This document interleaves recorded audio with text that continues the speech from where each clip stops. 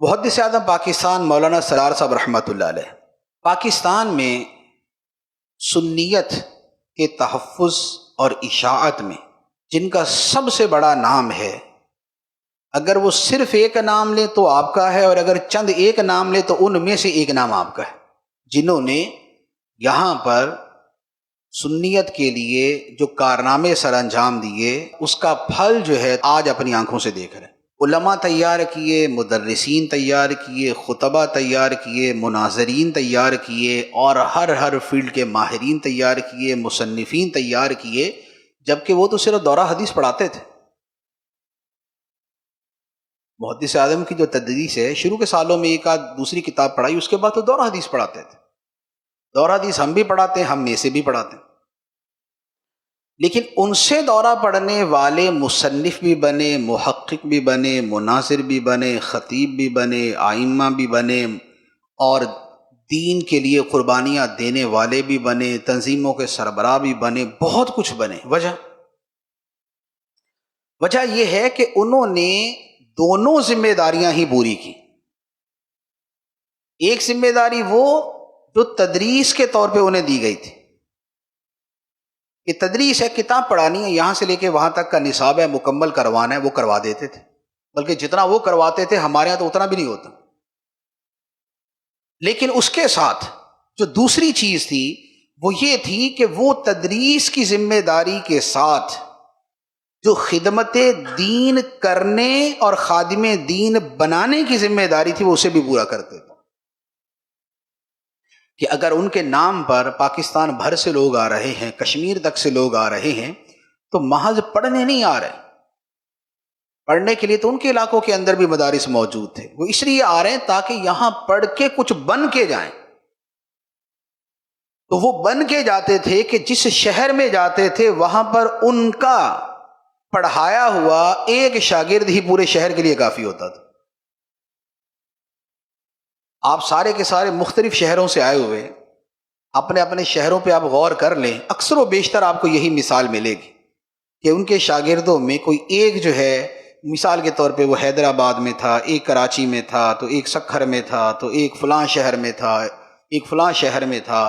وہ اس ایک نے اپنے شہر میں سنیت کے لیے ستون کا کام دیا، حالانکہ کتابیں تو انہوں نے وہی پڑھی تھی جو ہم پڑھتے پڑھاتے ہیں، لیکن وجہ فرق کیا تھی؟ وجہ فرق یہ تھی کہ تدریس کے اندر جو اساتذہ سے طلباء میں چیز منتقل ہوتی ہے وہ ایک نہیں ہوتی، وہ تین چیزیں ہوتی ہیں۔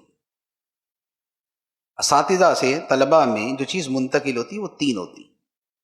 ایک وہ کہ جو کتاب ہے اور جو طالب علم روزانہ کتاب کھولتا ہے، عبارت پڑھتا ہے اور استاد اس کی شرح کرتا ہے۔ دوسرا اس کے ساتھ جو استاد اس کتاب سے ہٹ کر انہیں علم، عمل اور مہارت انہیں دیتا ہے، ایک وہ شے ان میں منتقل ہوتی۔ اور تیسرا وہ جو استاد کا اپنا عمل اور کیفیت ہوتی ہے یہ منتقل ہوتی۔ تین چیزیں ہوتی۔ اب اگر استاد ایسا ہے، جیسے آپ محدث اعظم علیہ الرحمہ کی مثال لے لیں، مثال کیا بنتی ہے کہ بھئی ایک تو انہوں نے حدیث پڑھائی تو آپ کے پڑھے ہوئے شیخ الحدیث بنے، مفتی عبد القیوم ہداروی صاحب ہو گئے، مولانا غلام رسول رضوی صاحب ہو گئے، مولانا اشرف سیالوی صاحب ہو گئے، یا جو ہے اور مولانا غلام نبی صاحب ہو گئے، مولانا محمد شریف صاحب ہو گئے، اور مولانا زبیر صاحب چکوال والے ہو گئے۔ یہ جتنے بھی آپ کے سامنے مثالیں آئیں گی، یہ سارے کے سارے کون ہیں؟ یہ سب وہ ہیں کہ جنہوں نے حدیث پڑھی اور ایسی پڑھی کہ شیخ الحدیث بن گئے۔ یہ تو تھی ان کی تدریس۔ دوسرے نمبر پہ تھا اس تدریس کے ساتھ جو اور وہ تعلیم دیتے تھے۔ وہ تعلیم کیا تھی؟ وہ تعلیم تھی عشق رسول کی، وہ تعلیم تھی تعظیم رسول کی، تعظیم اولیاء کی، خدمت اہل سنت کی، اہل سنت کے لیے کچھ کرنے کی، اسلام کے لیے کچھ کرنے کی۔ یہ وہ تھی جو ان کی گفتگو تھی کہ وہ حدیث پڑھا رہے ہیں تو اس رنگ کے اندر پڑھا رہے ہیں۔ اب وہ اس رنگ میں پڑھاتے تھے تو نتیجہ یہ ہوتا تھا کہ ان سے ایک سال پڑھنے والا اب وہ جہاں سے بھی پڑھ کے آیا ہو، جیسے بھی اساتذہ سے پڑھ کے آیا ہو، لیکن ان کی اکثریت ایسی ہوتی تھی کہ ان کے اندر وہ خدمت دین کا جذبہ ایسا راسخ ہوتا تھا کہ علم آئے یا نہ آئے دین کی خاطر جان قربان کرنے کے لیے تیار ہوتے تھے. کیونکہ علم کے آنے کا تو چلے اس پہ بھی مدار ہوتا ہے نا، بندے کی ذہانت کتنی ہے. ہر طالب علم تو ذہین نہیں ہوتا، لیکن ہر طالب علم کچھ کر ضرور سکتا ہے، ذہین نہ بھی ہو تو کچھ کر ضرور سکتا ہے. تو یہ دوسری چیز تھی. تیسری چیز کیا تھی؟ تیسری چیز تھی خود محدث اعظم علیہ الرحمہ کا اپنا عمل اور اپنی قلبی کیفیت، اپنی سوچ. ان کا عمل سب کے سامنے تھا کہ یہ دین کے لیے کس قدر محنت کرتے ہیں. کسی بھی خادم دین کو جس کو دیکھا کہ یہ دین کے لیے بڑا محنت کرتا ہے، بھاگ دوڑ کرتا ہے، خطیب اچھا ہے، مناظر اچھا ہے، مصنف اچھا ہے، تو اس کی عزت افزائی، اکرام، اس کے لیے بہت جو ہے نا وہ ایک اہتمام کرنا، یہ سارا کچھ اس کے لیے کیا کرتے تھے. بلکہ لوگوں کو اس کی طرف متوجہ کرتے. اچھا آپ کہاں سے آئے؟ فلاں علاقے سے. اچھا ہاں آپ کے فلاں علاقے میں وہ ہمارے حضرت ہیں. ہوتا ان کا شاگرد تھا، لیکن جو عوام میں بندہ، اچھا آپ کے علاقے میں وہ فلاں حضرت ہیں ہمارے نا، تو ان کو جو ہے وہ یوں کر کے ان کی طرف راغب کرنا، ان کی طرف جو ہے نا وہ مائل کرنا. اور اسی طرح کوئی ایسا آ گیا خطیب ہے، مناظر ہے، تو کھانے پینے رہنے یہ وہ ان چیزوں کے اندر اہتمام کرنا. بلکہ اس زمانے میں جامعات کے اندر باقاعدہ مہمان خانے ہوتے تھے. ہمارے یہ کانسیپٹ کم ہے، ورنہ پرانے زمانے کے جو جامعات ہوتے تھے اس میں مہمان خانے ہوتے تھے. اور مہمان خانے اس لیے ہوتے تھے کہ کسی شہر میں کوئی خطیب، کوئی عالم بیان کرنے کے لیے آیا، اگر رات ٹھہرنے کے لیے کوئی جگہ نہیں ہے تو اس جامعہ کے مہمان خانے میں ٹھہر جائیں.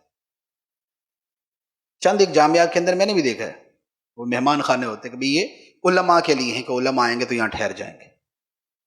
تو یہ سارا کیا، یہ عمل جو ہے نا یہ سب کے سامنے. اچھا اسی طرح جلسہ دستار بندی ہوتا، اس میں علماء آتے. اب ان کے ساتھ جس طرح جو ہے وہ ان کو بٹھاتے، ان کے لیے اہتمام کرواتے، انتظامات کرواتے، تو سب کو پتہ ہوتا کہ بھئی ہاں ماشاءاللہ یہ ان کے لیے جو اتنا کچھ کیا جا رہا ہے اس کا مطلب ہے کہ یہ کرنے کا کام. تو عمل جو ہے، عمل جو ہے یہ جتنا طلباء کے اندر منتقل ہوتا ہے اتنا تو شاید تعلیم بھی منتقل نہیں ہوتی. اور پھر عمل کے اندر محدث اعظم رحمۃ اللہ علیہ، ایک تو یہ خدمت دین کا عمل ہے، دوسرا ویسے عمل. ابھی میں کل پرسوں ایک کتاب پڑھ رہا تھا آپ کے بارے میں، تو اس میں ایک واقعہ تھا کہ جب بھی سالانہ جلسہ ہوتا طلباء کی ڈیوٹیاں لگتی، فلاں طالب علم یہ کرے گا، فلاں یہ کرے گا. تو اس میں کسی نے کہا حضور یہ جو چار بیٹھے ہوئے ہیں جیسے نا یہ سید زادہ بیٹھے ہوئے، ان کی کوئی ڈیوٹی نہیں ہے؟ فرمایا ان کی بھی ہے. کیا ہے؟ فرمایا ان کی ڈیوٹی ہے کھانا کھانا. یہ سید زادے ہیں، یہ شہزادے ہیں، ان کی ڈیوٹی کھانا کھانا. یہ کھانا کھا رہے ہیں، ان کی ذمہ داری پوری ہو گئی. تو اب یہ کیا ہے؟ یہ ایک مرتبہ کا عمل، ایک مرتبہ کا قول جو ہوتا ہے یہ دلوں میں اتر جاتا ہے. تو اب محدث اعظم علیہ الرحمہ کی جو سوچ اور جو عمل تھا یہ اس کا نتیجہ تھا کہ آگے اسی، یعنی انہوں نے جو یہ سوچ دے دی نا کہ دین کے لیے کچھ کرنا ہے اور کیا کیا کیا جا سکتا ہے، اس کی کچھ ڈائمینشنز بیان کر دی کہ اس ڈائریکشن میں کام کر لے، اس ڈائریکشن میں کام کر لے.